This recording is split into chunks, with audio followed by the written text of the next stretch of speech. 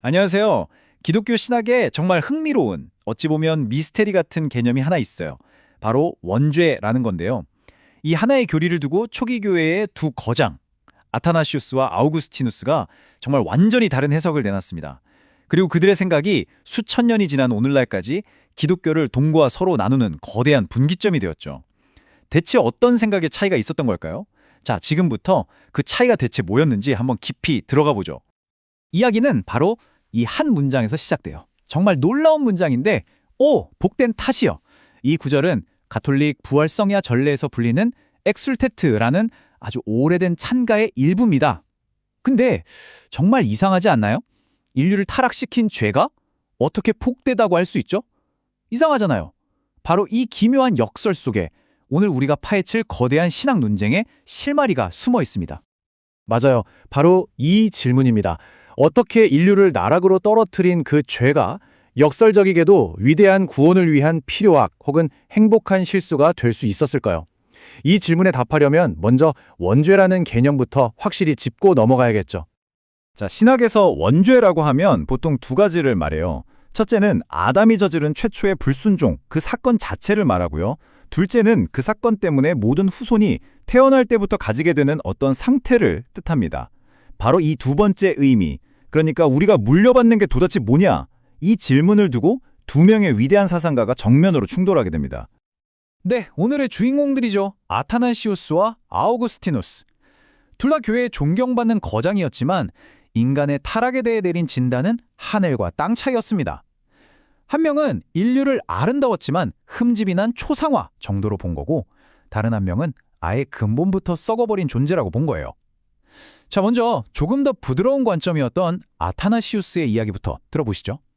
1라운드 아타나시우스입니다. 그는 인류의 타락을 훼손된 초상화에 비유했어요.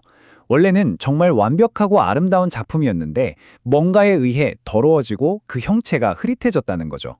이게 정확히 무슨 뜻일까요? 아타나시우스 생각의 핵심은 이겁니다.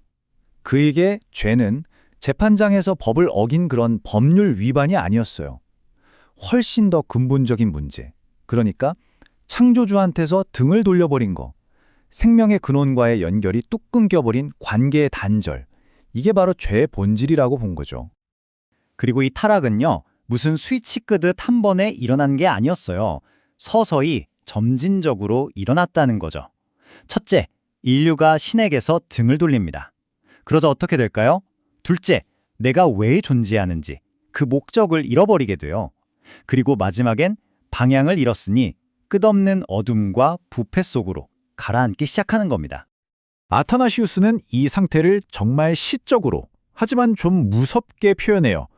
마치 신의 위대한 작품이 서서히 녹아내리고 그 안에 새겨졌던 신의 형상이 점차 지워져가는 과정과 같다는 것이죠. 그렇다면 해결책은 뭘까요? 간단합니다. 생각해보세요. 망가진 그림, 누가 고칠 수 있죠? 당연히 그 그림을 그린 화가가 직접 와야죠. 그쵸? 아타나시우스에게 구원이란 바로 이런 거였어요. 창조주, 즉 그리스도가 직접 오셔서 우리 안에 희미해진 하나님의 형상을 다시 선명하게 그려주는 복원 작업. 이게 바로 구원이라는 겁니다. 2라운드 아우구스티누스입니다. 자, 이제 분위기가 180도 바뀝니다. 그의 진단은 훨씬 더 어둡고 어떻게 보면 더 절망적이에요. 키워드는 부패한 본성입니다. 아우구스티누스한테 첫 죄는 그냥 실수나 관계가 좀 틀어진 정도가 아니었어요. 이건 신처럼 되려는 아주 치명적인 교만이었고, 그 대가로 인간의 본성 자체가 그냥 뿌리부터 완전히 썩어버렸다고 봤습니다. 돌이킬 수 없게요. 그 결과는 정말 끔찍합니다. 들어보세요. 우리는 아담의 죄에 대한 죄책까지 그대로 물려받는데요. 우리의 자유의지요? 선을 선택할 능력은 아예 사라지고 이제 오직 죄를 향해서만 달려갈 뿐이라는 거예요. 비유하자면 너무 아파서 스스로 의사 좀 불러주세요 할 힘조차 없는 그런 중환자 상태가 된 겁니다. 아우구스티누스의 이 말을 들어보면 그의 생각이 딱 정리됩니다. 인류는 그냥 좀 아픈 게 아니라 영적으로는 이미 사망 선고를 받았다는 거예요. 그래서 스스로는 아무것도 할 수 없고 밖에서 누가 와서 죽은 사람을 살려내듯 개입해야만 한다는 거죠. 이게 바로 아우구스티누스가 말하는 구원입니다. 우리는 완전히 부패해서 스스로 할 수 있는 게 제로이기 때문에 구원은 오직 신적인 의사가 와서 죽은 환자에게 새 생명을 불어넣는 것처럼 전적인 하나님의 은혜, 그분의 개입을 통해서만 가능하다 이겁니다. 자, 이제 두 거장의 생각을 나란히 놓고 한번 비교해보죠.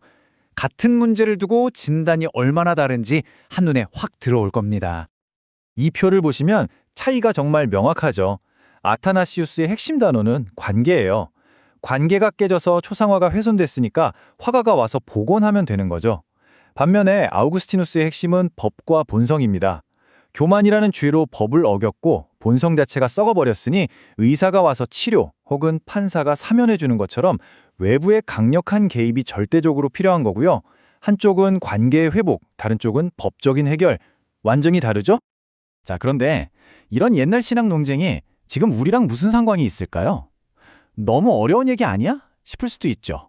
그런데 놀랍게도 이 두 사람의 생각이 지금까지도 기독교 세계를 움직이는 거대한 두 개의 엔진이 되고 있습니다. 이게 그냥 학자들끼리의 말싸움에서 끝난 게 아니라는 게 중요해요. 이 두 생각이 그대로 기독교 역사의 DNA가 되어서 교회가 동쪽과 서쪽 완전히 다른 두 길로 갈라서는 결정적인 계기가 됐습니다. 바로 이렇게요. 아타나시우스의 관계중심적인 생각은 동방 정교회의 신학적 뿌리가 됐고요. 반대로 아우구스티누스의 법적이고 죄책을 강조하는 신학은 우리가 더 익숙한 로마 카톨릭과 개신교, 즉 서방 교회의 근간을 이루게 된 겁니다. 그 영향은 지금 우리 주변에서도 쉽게 찾아볼 수 있어요. 예를 들어 동방정 교회에서는 구원을 신화, 즉 우리 안에 하나님의 형상을 회복해서 신처럼 되어가는 과정으로 봐요. 딱 초상화 복원 개념이죠. 반면에 서방교회는 태어날 때부터 물려받은 이 죄책을 씻는 걸 굉장히 중요하게 생각해요. 그래서 갓난아기에게 유아 세례를 주는 전통이 왜 그렇게 중요한지 바로 여기서 설명이 되는 겁니다. 자, 이 모든 논쟁이 우리에게 말해주는 가장 중요한 핵심은 이것입니다. 우리가 인간의 근본적인 문제를 어떻게 진단하는지가 결국 그 문제에 대한 해결책을 결정한다는 사실입니다. 훼손된 초상화라는 진단은 예술가의 복원이라는 처방을 낳고 죽어가는 환자라는 진단은 의사의 수술이라는 처방을 낳는 것처럼 말이죠. 그래서 마지막으로 이 질문을 던져봅니다. 나는 그리고 인류는 과연 어떤 존재일까요? 본래의 아름다움을 되찾기 위해 예술가의 손길을 기다리는 흠집난 걸작일까요? 아니면 의사의 절대적인 처방을 기다리는 유죄 선고를 받은 환자일까요? 여러분의 생각은 어느 쪽에 더 가까우신가요? 이 두 거장의 시선은 오늘날까지도 우리가 우리 자신을 이해하는 방식에 깊은 영향을 미치고 있습니다.